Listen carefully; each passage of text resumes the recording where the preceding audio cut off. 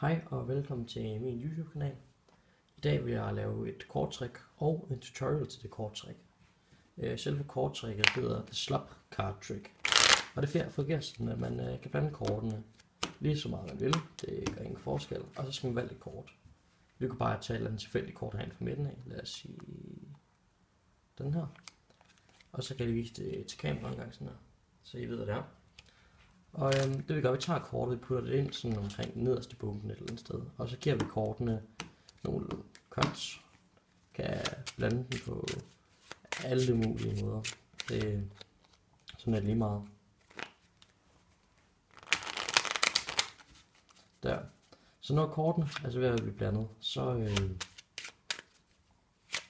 skal man lave eller bruge en helt bestemt teknik.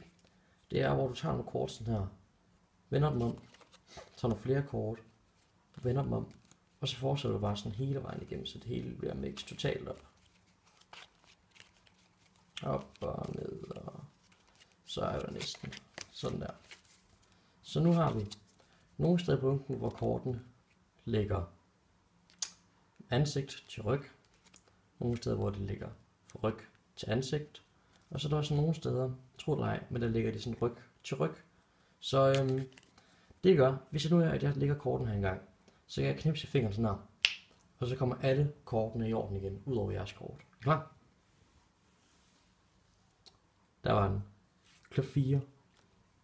Og det her det er nok en af mine yndlingstricks, og jeg vil gerne vise jer, hvordan man gør. Det er faktisk meget simpelt.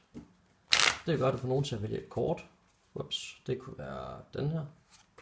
En joker har et dårligt kort. Lad os tage en hjerter 3 i stedet for. Hjerter 3, den skal du have op på toppen på en eller anden måde. Og hvis du bare ligger på toppen sådan der, så tror det ikke på dig. Så hvis du tager den og lægger ind sådan omkring nederst i bunken, ikke helt nederst, og så lægger du den lille finger ind nederst. Det er en pinky break. Så lægger du resten af korten ovenpå, så ser du har en lille break. Men det kan du ikke se, når du står med korten sådan her. Så du tager bare nogle kort af, sådan her, indtil du kommer til den lille finger. Selvfølgelig skal du lige fjerne den igen, når det er, at du endelig kommer til kort, for ellers så ser du dumt ud. Hey, se, jeg har de kort her. Men så laver du korten ovenpå, så kan du blande den lige så meget du vil, så længe kortet stadigvæk er på toppen. Du kan se, kortet vil ligge på toppen. Og så, det du skal, når du føler, at de er blandet nok, og folk de er overbevist om det er blandet, så giver du den lige sådan en overhånds, hvor der du får kortet i bunden. Du kan også gøre det på mange andre fancy måder, ved at du måske, hvad skal man sige, cutter den ned i bunden. Men det er sådan alt ligegyldigt. Når den så ligger nede i bunden, så tager du bare nogle kort, vender om, flere kort, vender om, flere kort, vender om, flere kort, og så fortsætter du bare.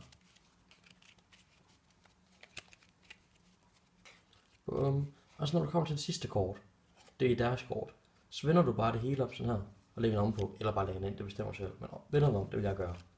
Her.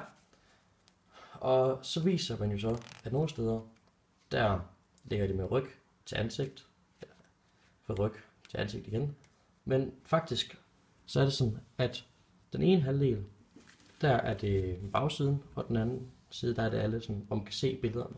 Og så på toppen, så ligger deres kort. Så det du gør, hvis du tager den øverste halvdel, så kan du se deres et tilfældigt kort her. Hvis du tager under halvdelen, så kommer det sådan, hvor du kan se ryggen af det. Og så hvis du vender om, så vil det sådan ud, og sådan her. Men det du gør, inde i midten, så er der sådan en lille break, en streg her. Den kan du bare fint tage fat i, så kommer du det eneste sted i hele bunken, hvor det er ryg mod ryg. Og så, normalt så ligger det sådan her. Men når du får fat i den lille break, så vender du bare højre bunke om herover, sådan der. Lægger den på toppen, og så har du faktisk vendt korten om. Så det eneste kort, man kan se fremme, det er deres kort. I det her tilfælde, jeg er der 3. Det var så min tutorial for The Slop Card Trick. Jeg håber, I synes godt om det.